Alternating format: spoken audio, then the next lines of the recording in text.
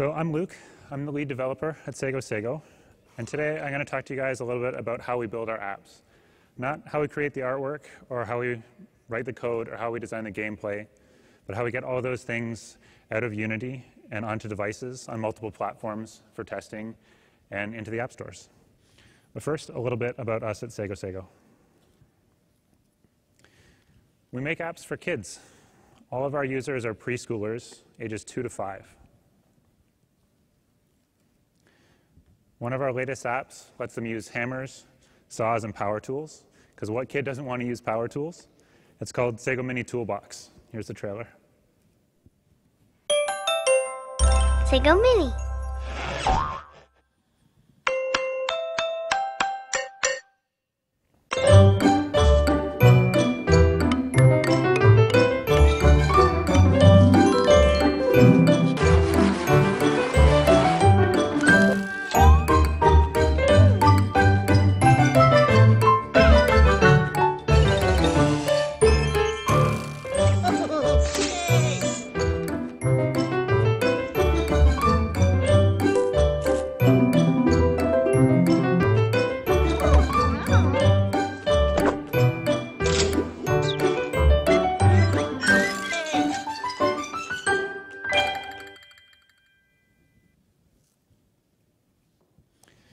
So we have 14 apps. 9 of those are built in Unity. And we support 9 different platforms. You can buy our apps on 6 of those today, and there are 3 more that are in the works and coming soon.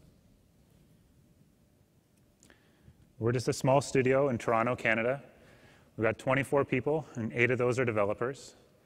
Our apps have 7 million downloads. That might not seem like a big number, but all of our apps are paid apps. There's no in-app purchase or freemium for us. And we have more than 1 million monthly active users, which is a lot of little kids. This spring, we switched doing all of our builds by hand to doing them in Cloud Build, and it's been really great for us. I'm really excited to share everything that we've learned along the way with you guys today. So the talk today is divided into 2 parts: why we switched to Cloud Build, and then all the technical details about how we did it. So part 1, why did we switch to Cloud Build?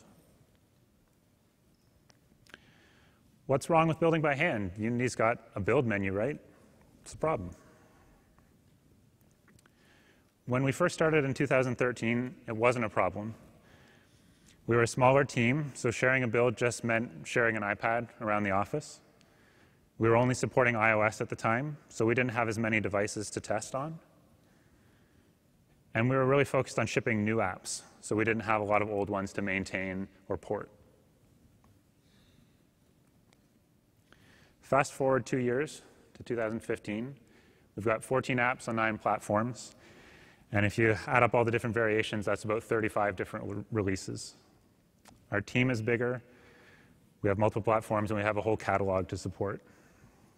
And we have a new problem. So many builds. Each project has dozens of different builds during development. And we found out pretty quickly that you can sum up developer happiness with a simple equation. The less time developers spend doing builds, the happier they are.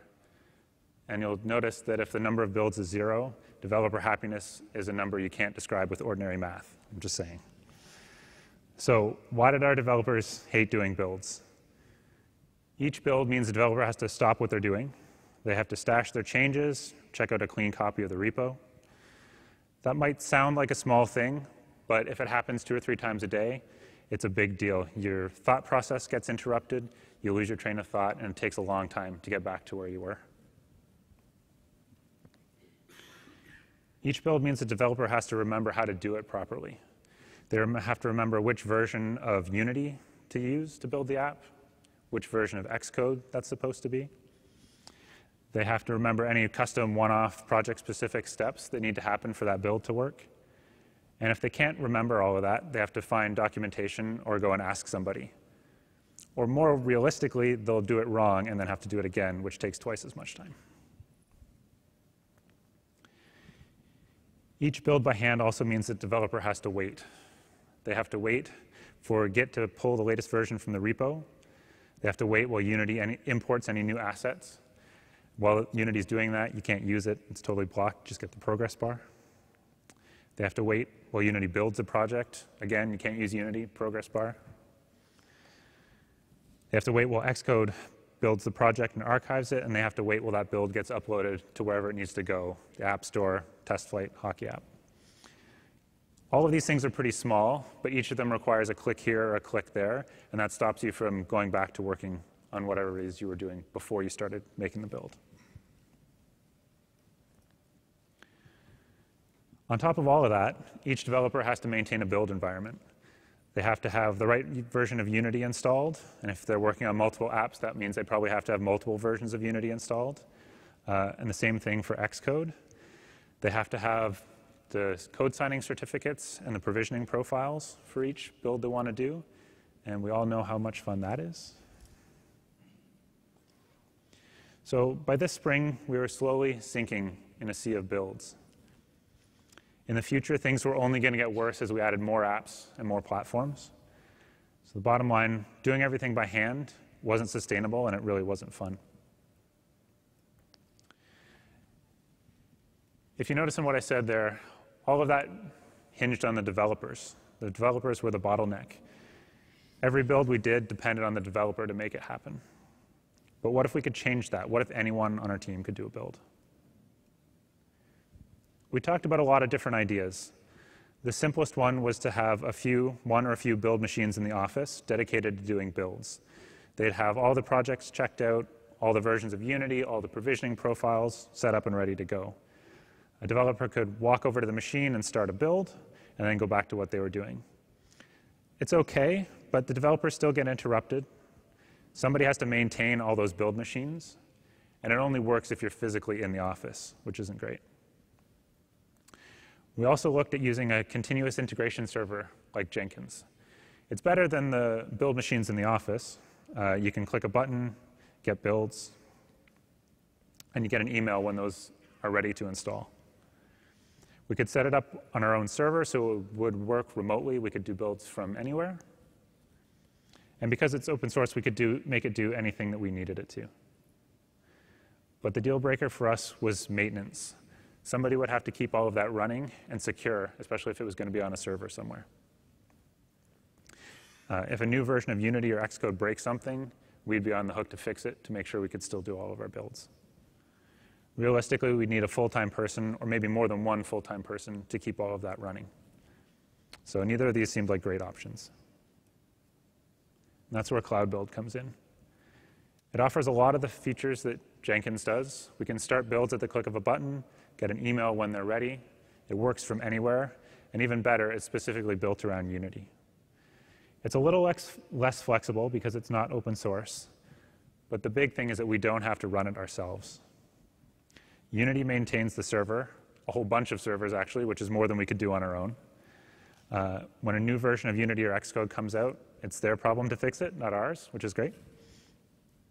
And since they have a good relationship with the platform vendors like Apple, they can often fix things in the build process before we even notice that they're a problem. If we were doing it ourselves, we'd have to wait till those things came out and then rush at the last minute to fix it.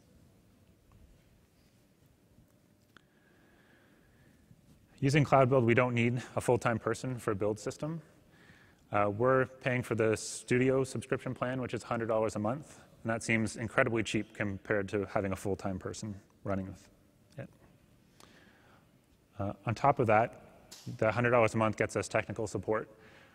The Cloud Build team is awesome. They answer all of our questions. They're super fast, and they're happy to make fixes right away when we need them.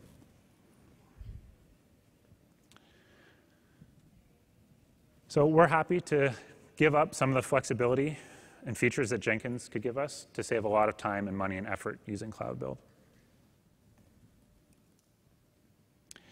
So for those of you who haven't seen Cloud Build, here's how it works. You create a project, and you hook it up to your repository. It works with Git, SVN, and Mercurial. You configure some settings. You can tell it which version of Unity you want it to use, which version of Xcode. You can upload your certificate and your provisioning profile, and you can set a few other things in the advanced settings. When you're done with the settings, you click the Start New Builds button, and you wait while the server does its thing. For us, this takes about anywhere from a few minutes to half an hour, depending on the size of the project and how busy the Cloud Build servers are. Usually it's about 10 minutes. Cloud Build's smart enough to keep a copy of your library around so it doesn't have to re-import your assets every time you want to do a new build, which speeds things up a lot. And when the build is done, you'll get an email letting you know that it's ready. You can log into the Cloud Build website and download the IPA or the APK, or you can use one of the install links to install it right on your device. Aside from actually doing the build, Cloud Build gives you a lot of other useful features too. For each project, you have a whole build history. So you can see every build that's been done for the project. You can see which ones succeeded, which ones failed. Each build in the history has a complete log, so if something failed, you can go in and see exactly why. The logs for Toolbox are like 30,000 lines. It's very complete, which is good if you're trying to track down a problem.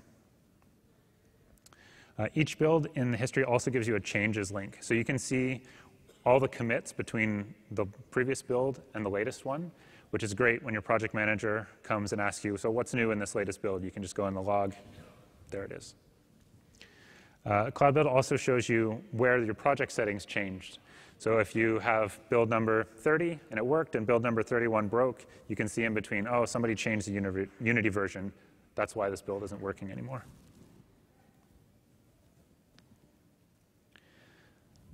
So with Cloud Build, developers are not required. They don't have to stop what they're doing. They don't get interrupted. They don't have to wait. They don't have to worry about Xcode and provisioning profiles and Unity versions. They can focus on making great games. With Cloud Build, designers and artists are welcome. This was a huge change for us. Having our art team be able to import a new asset into the Unity project, set it up, commit it, and then hit Start New Builds and get a build right on their device so they can test their changes without having to bother developers at all.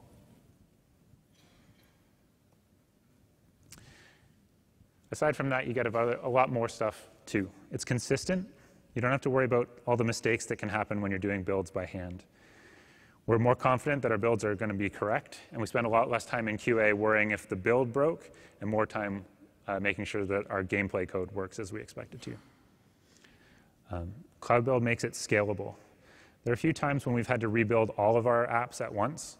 If you have to do that by hand, it quickly gets out of hand, and you waste a lot of time.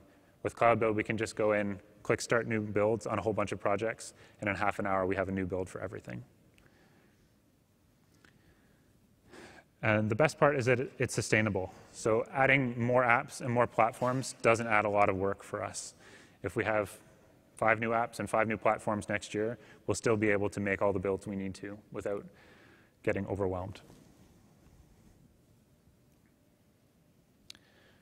So as I mentioned earlier, we switched all 9 of our Unity apps to Cloud Build this spring, and it's really been great for us. We're able to do more builds earlier in the development cycle and in a lot less time than it took us before. Our developers are happier, and so is the rest of our team.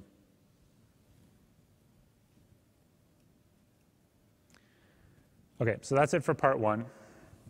We know that building our projects by hand isn't working anymore, and Cloud Build looks like a pretty good solution. So how do we actually get our projects building in Cloud Build? So part 2. Things will get a little more technical here. Don't worry about catching all the code. I'll make sure to post the slides afterwards. Let's start with the easy stuff. The first step is setting up a Cloud Build account. I know that sounds pretty straightforward, but bear with me. In Cloud Build, you're going to be creating a whole bunch of projects. After the announcement this morning, you'll be creating less projects, which is great, but you'll still have a few. Each project has one owner and a bunch of collaborators who can start builds, make changes, and do all that kind of stuff. To keep things organized, we use one shared account for all of our Cloud Build projects.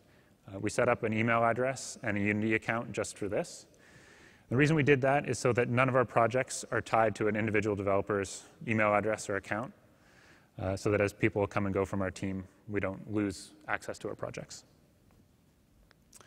And then each person who's working on a particular app gets added as a collaborator. Another bonus of this kind of setup is that only the project owner needs to have the Cloud Build subscription. None of the collaborators do. So if you use one account for all of your projects, you only need one Cloud Build subscription. So here's what the Collaborators page for Toolbox looks like. Sorry, it's a little small there. If you can see the line in the middle there with the orange owner and the blue U is cloudbuild@sagosago.com. That's our shared account that we're using. All the other ones there are the developers who are working on the Toolbox app. So using that shared account, we can create a whole bunch of projects. Each time you create a project, you have to choose the repository and go through all those settings that I showed you guys earlier. The interesting thing here is that you can have multiple projects set up to pull from the same repo, but with different settings. So you can do different builds of the same Unity project for various platforms and devices. Again, with the stuff they announced this morning, this should get a lot easier. You'll have a lot less projects and a bunch of different targets. But in the end, you'll have the same sort of setup. Here's what that looks like for our Toolbox app. You can see we've got one project for each of the builds we need to do: Google Play App Store, iOS, Ad Hoc and App Store, and Kindle. That's just a small chunk. There's a lot more, but that's all that fits in the screenshot. All of our apps use this kind of pattern, where there's one Cloud Build project for each kind of build that we want to do. We end up with a lot of projects. The last time I counted, there were more than 50, and it gets bigger every day. But having them all laid out here in one place makes it really easy to go back and find the one you want if you need to do a build next week or next month. Once you've got that Cloud Build account set up and you've added some projects, as long as your Unity project is straightforward to build from the editor, that's really all you should need to do. If you can check out your repo, open it in Unity, hit build and run, and everything just works, you're good to go. You can grab a drink while the server does its work. If not, it's going to take a little more work to get your project up and running in Cloud Build. That was the case for us. Here's the problem. Cloud Build has to be able to do a clean checkout of the repo and build your project directly from Unity. It sounds pretty simple, but our projects weren't set up that way. We were changing all kinds of things by hand between checking out the repo and building the project from Unity, and then again between building the project from Unity and compiling in Xcode. Before we could get our projects to work in Cloud Build, we had to automate that so it happened programmatically. So here's what our iOS build workflow looked like before. We check out the repo, make a bunch of changes by hand in the Unity project, build that Unity project, make some more changes by hand to the Xcode project, and then build that Xcode project.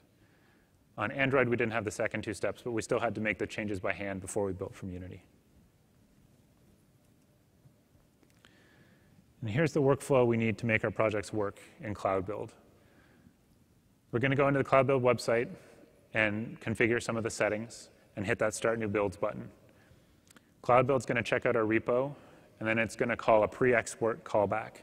That's a method that we get to define and run some of our code on the Cloud Build server before Unity builds the project. Then Unity's going to build it, and it will call a post-export callback. That's going to happen after Unity builds it so we can make our changes there. And then finally, it's going to build the Xcode project for us.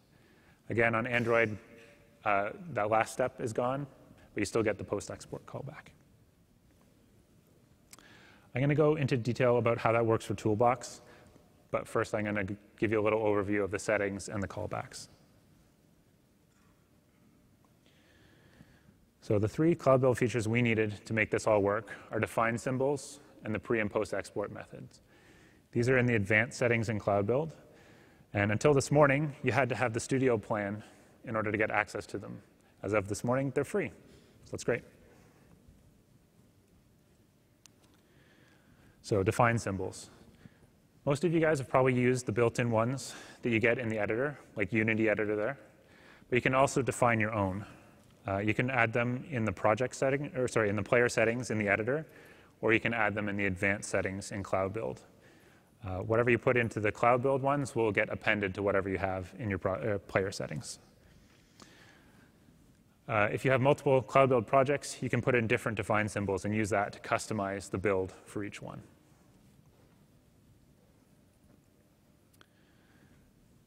So for each Cloud Build project, you get one pre-export method. It has to be a public static method, and it takes one argument, which is a build manifest object. That's an object that Unity inserts into your, or sorry, that Cloud Build inserts into your project, and it has all kinds of useful information about the build. It has the git revision number, the build number, a whole bunch of other useful stuff. This method's going to run on the Cloud Build server right before Unity builds your project. And inside this method, you have access to pretty much the full Unity editor. Any of the editor classes, the asset database classes, you can move stuff around. You can do pretty much anything you can do in code in the editor on the Cloud Build server. One of the cool things that we're doing with the pre-export method is getting the Cloud Build number from the build manifest object and using that as the revision number for our builds. So for Toolbox, if it's version 1.2, we can grab the build number from Cloud Build, say it's 43, and make the version number for that app 1.2.43. The next time we do a build and it's Cloud Build number 44, the version number becomes 1.2.44. It's great when you want to upload that build to TestFlight or Apple because they want the version number to change every time. And it's an easy way to link up a build with where it came from in Cloud Build. For each Cloud Build project, you also get a post-export method. Again, it has to be a public static method, and it gets one argument, which is the path to the build. On iOS, the path is to the Xcode project, and on Android, it's the path to the APK file. So important to note here is that this method runs on iOS. It runs after Unity exports a project, but before Xcode compiles it. So you can use it to customize that Xcode project beyond what you can do through the Unity editor. So that's the big picture for the Cloud Build workflow. You'll use the advanced settings to set up some define symbols and which callbacks you want it to call. And then you'll use those callbacks and define symbols to customize your code and make that build do what you want it to do. So which define symbols you use and exactly how you implement those methods will change from project to project, but the general workflow looks something like this. So now I want to show you how that looks in one of Sago Sago's apps. So if you remember at the beginning, I told you that we supported 9 different platforms. Well, for us, the platforms are mostly Android platforms. In Unity, the operating system and the platform are the same thing. It only knows about Android. But for us, they're not the same thing. We have multiple different builds that are for different stores on different Android devices, and we need to treat them differently. They have different settings and code and plugins.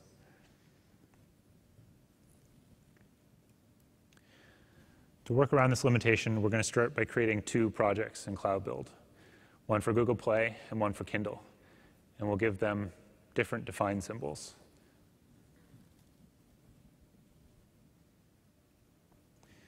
And we'll also create an editor class to implement the 2 callbacks.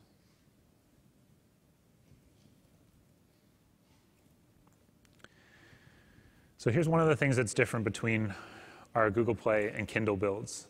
They have different player settings, different bundle IDs, different version numbers. But Unity only gives us one set of Android player settings, only one place to input those values. So we have to find a way to work around that. In our old workflow, we were changing them by hand. We check out the project, go into the player settings, and change the version number and bundle ID to make sure that they were right for the build that we were doing. But it was really easy to mess that up. In the new workflow, we're going to use that pre-export callback and our define symbols to change the player settings programmatically right before the build happens. So here, if we're on Google Play, it's going to set the Google Play bundle ID and version number. And if we're on Kindle, it'll set the Kindle one. In this example, we're hard coding all those values, but if you wanted to get fancy, you could store them in a prefab or a scriptable object or somewhere outside of the code that would let you edit them through the editor.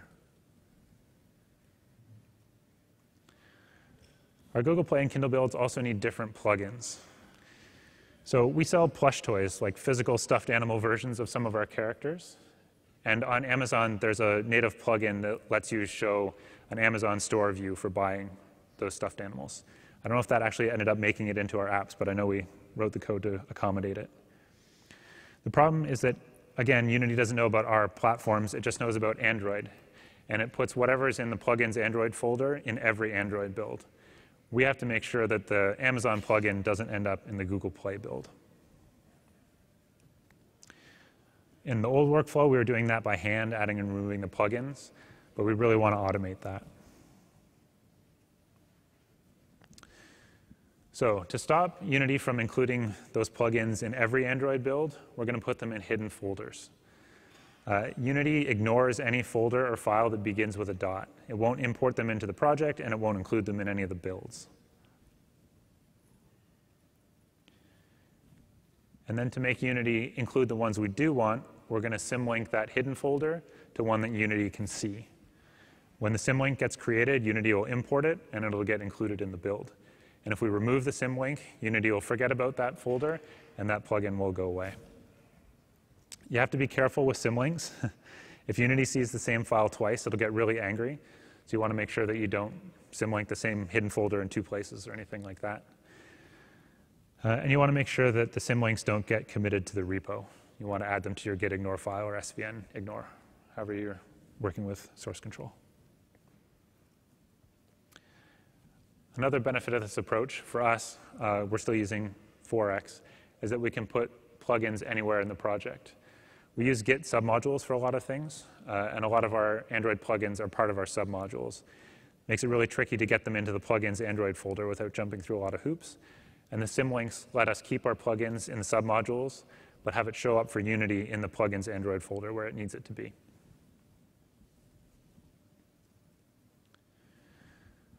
So again, we're going to use that pre-export callback. If we're on Google Play, we'll create a symlink to the hidden Google Play folder, and we'll get rid of the one for the Kindle plugin. And if we're on Kindle, we'll do the opposite.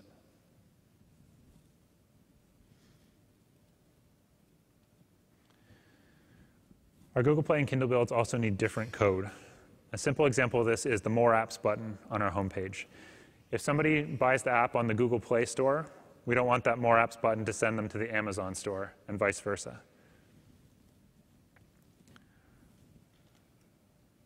This one's pretty easy.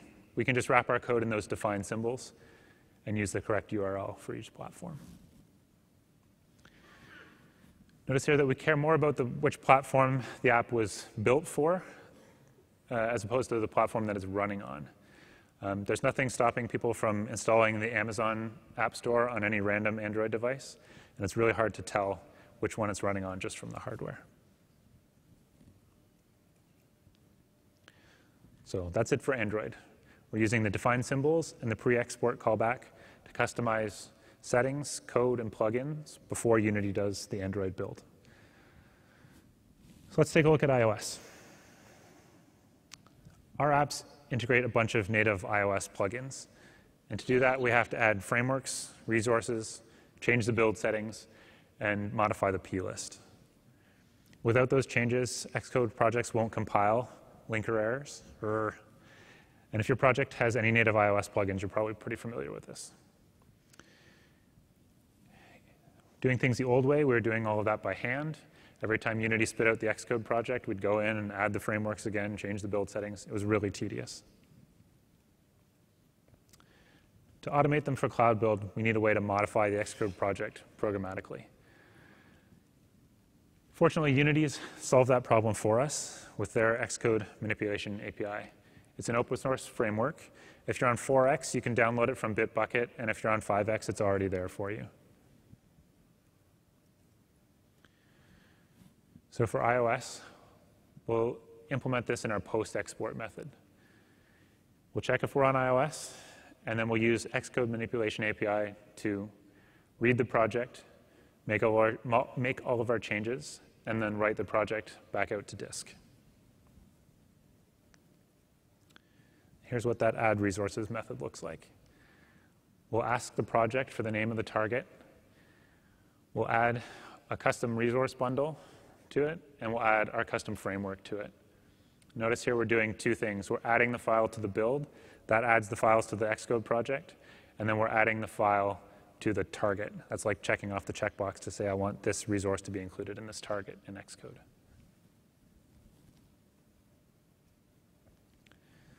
Here's the add frameworks method. Similar to the one before, we'll get the target name, and then we'll add a bunch of built-in iOS frameworks that our custom one depends on. Here's the add build properties method. We'll get the target, and we'll also get the configuration, and then we can set some build properties. Here we've got linker flags, exceptions, and some preprocessor definitions. We can set those for all the build configurations, so like in Xcode that's release and debug, or we can set it for just one particular configuration.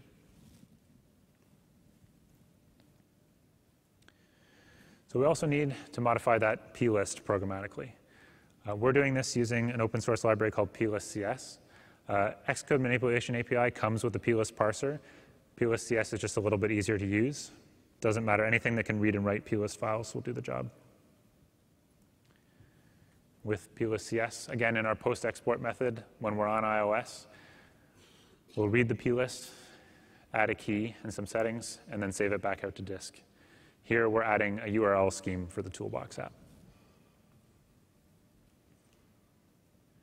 So a quick aside here, even if you're not that interested in cloud build, automating all this Xcode stuff is a huge, huge win.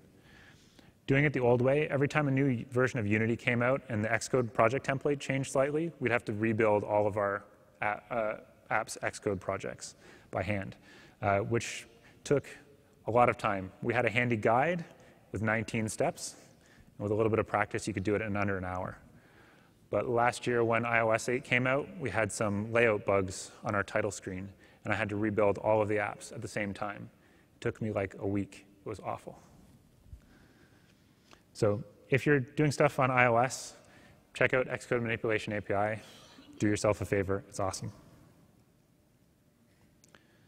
So that's it for iOS. We're using define symbols and the post-export method to customize the Xcode project, add frameworks, resources, build settings, and change the plist.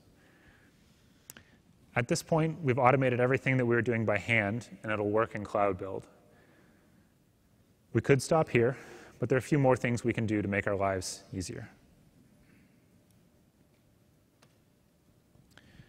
So editor builds. All of our changes are automated in cloud build, but what about the editor? We can still use the build menu and hit build and run, but none of our automation will work yet. If cloud build's so great, why do we still need to build in the editor? Well, for developers, you can iterate a lot faster. You can use debugging tools like the profiler or Xcode's instruments, that kind of stuff. It's really hard to do from cloud build. Cloud build doesn't support all of the features that are available in the editor. Until this morning, it didn't support OBB files for Android, and it doesn't support asset bundles.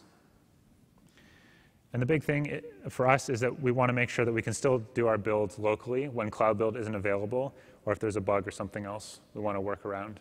I don't want to have an internet connection to be able to build my project.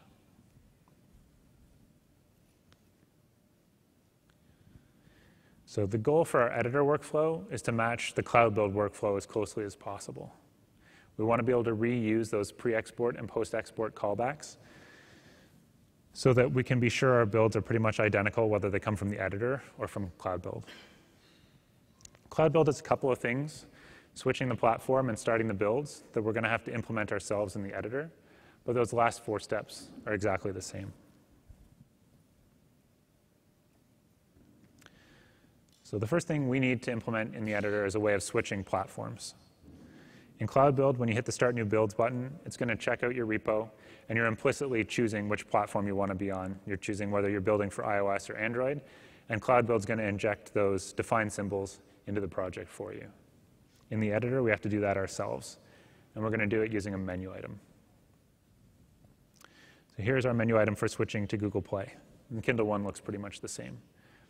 We're going to switch Unity's build target to Android. The build target in Unity is the thing you're changing when you open up the build settings window, you click on one of the things, and you say switch platform. We want to make sure that if we were working on iOS and we're switching to Google Play, that we also are on the Android build target. We're going to add our Google Play define symbol and remove the Kindle one. We want those to be mutually exclusive, so there's only ever one set at a time. Bad things would happen if Google Play and Kindle were both defined. And then we're going to symlink our Google Play plugin and remove the symlink for our Kindle plugin.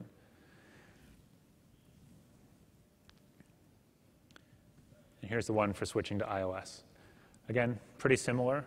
We're going to make sure we're on the iOS build target, and we're going to remove the define symbols and the symlinks for both of our Android platforms. You notice that we're not adding a define symbol for iOS. Since we only have one iOS platform, the operating system and platform are one-to-one in this case. So we can just use Unity's Unity_iOS define symbol. And the same thing for our iOS plugins. With only one platform, they can just sit in the plugins iOS folder happily and not get in the way of other builds. So jumping back to the editor workflow for a second, you notice that we're switching the platform before we start the build, and that's an important point. We want to be able to work on the project in as close to the state that it's going to build in Cloud Build as possible. So we want our plugins to be there, we want our define symbols to be there, so that we can catch any errors in the code before we get to the build step. Here's a simple example of why. If we have some broken code like this in a Google Play block, and we don't switch to Google Play, we won't get a warning from the Unity editor that we've got some broken code. If we go to build that, we won't find out until it breaks at runtime. And if you didn't do a build in the editor and that code got committed, it would break the builds in Cloud Build too.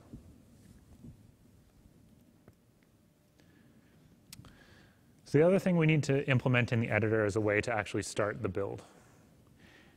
When we click on build and run in Unity, it's not going to call our pre-export or post-export methods for us. We've got to do that ourselves. So we'll make our own build menu.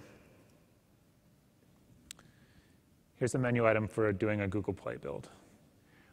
We're going to choose the path where we want the APK file to go. We'll call our pre-export method with null as a parameter. Since we're in the editor, we don't have that build manifest object, so we'll just pass in null. And then we'll call build pipeline.buildPlayer. We'll pass in the list of scenes, the path, the build target, and whatever build options we want. And then when that's done, we'll call our post-export method with the path to the build we just did. Here's the one for doing an iOS build. Again, it looks pretty similar, but you'll notice at the top there, we're setting the SDK version to device SDK. If we wanted to do simulator builds for iOS, we could add a line there setting it to simulator SDK instead. And in fact, you can add all kinds of useful menu items for building in the editor. The last two there, ad hoc and app store, correspond to the projects we have in Cloud Build. But the first three are ones we just use as developers doing builds day to day.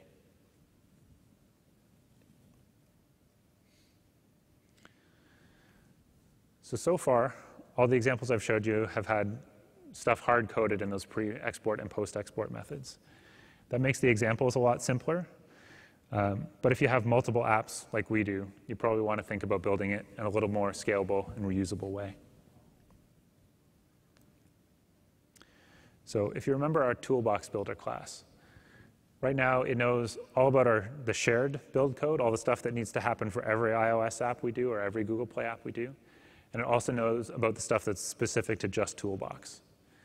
It'd be a lot better if we split that out into two classes. A project builder class with just the shared code, and a toolbox builder class with just the toolbox code. That way we can reuse the project builder between all of our projects, and we don't have to copy and paste it every time we want to use it.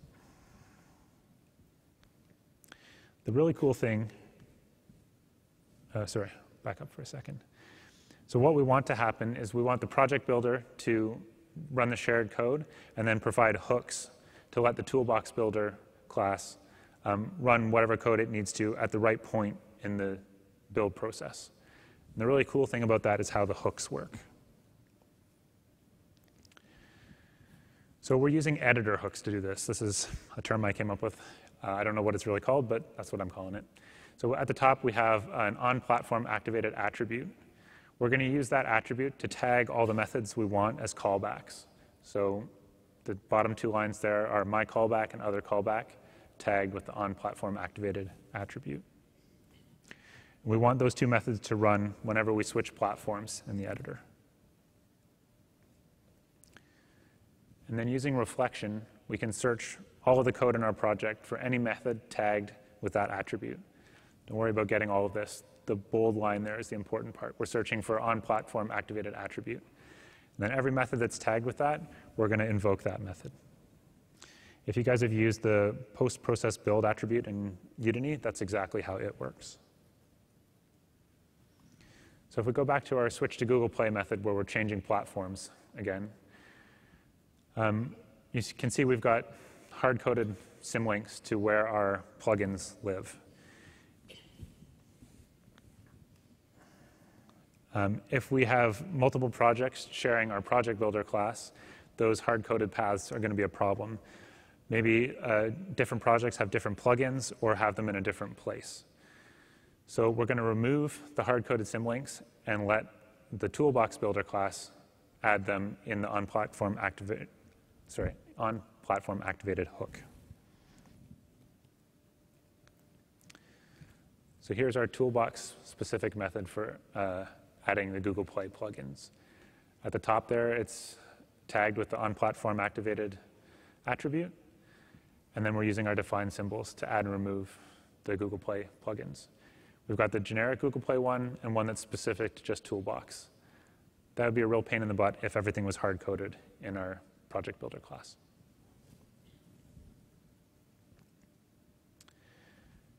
Editor hooks are also a great way of getting around the one pre-export and one post-export callback limit in Cloud Build. You can write your own attributes, your own hooks for pre-export and post-export, tag a bunch of methods with them, and then in the pre-export or post-export method that Cloud Build's going to call, you can invoke your hook and call any number of methods that you want to call. So I mentioned before that we use submodules for things. Some of our projects have dozens of submodules, and many of them need to hook into the build process. When we invoke our onPre-export hook, it calls half a dozen, maybe more methods all throughout our code. Since the hooks work using reflection, we don't ever have to change our shared code. When you add a submodule to the project, the reflection finds it and calls that stuff automatically. It's just a really nice way to keep all of your reusable code separated into chunks, so your pre-export and post-export methods don't have to know everything about every project. So that's it for part 2 and for my talk today. We set up a shared Cloud Build account to keep our projects organized. We automated the changes to support multiple Android platforms and integrate all of our iOS plugins and frameworks. We made sure that our automation works in the editor. And we thought a little bit about how to maintain a reusable build code so that we can share it across our projects. Switching to Cloud Build has been a really big win for us at Sago. And we went from doing everything by hand to doing builds at the click of a button. It's much faster, and everybody's a lot happier. I hope you guys can see how it'll make your builds easier too. So just before I go to some questions, I'm going to put in a quick plug here. Sago is a great place to work, and we're always looking for talented Udemy people. If you're looking for something new and you like making kids laugh and smile, you should drop us a line. So I think we've got some time for questions.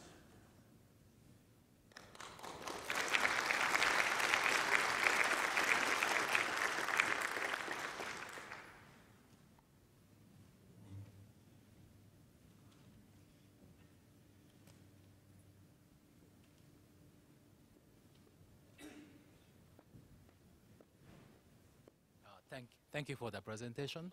Welcome.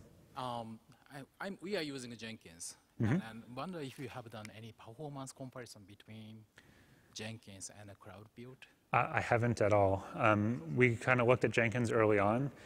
Just the commitment to maintaining it kind of scared us off. So we went with Cloud Build fairly early on. And one more question. So like the cloud build is kind of limited in terms of flexibility. Sure, yeah. Okay, any roadblockers or walls you hit before? There were a few times when we needed a feature and it wasn't quite there yet. I know we're doing OBB builds for our Android stuff, and until today that wasn't in there. And that's a big part of why we wanted to make sure it worked in the editor as well, so that if Cloud Build couldn't do something we needed, we could still do it in the editor with a minimum amount of work. It's still more work than doing it in Cloud Build, but if you can go into the editor, switch the platform with one menu item and do a build with another one, is a lot better than having to do everything by hand. I see. Thank you. Hi, I was wondering what your experience was with Cloud Build regarding, say, feature branches. Say several developers need to work on a feature for a while. Can Cloud Build help them out as well as? Yeah, so in the Cloud Build settings for each project, you can choose which branch of the repo you want it to build. So if you wanted to have a special build just for a feature branch, you could just make a new project, set it to that branch, and it would build it for you.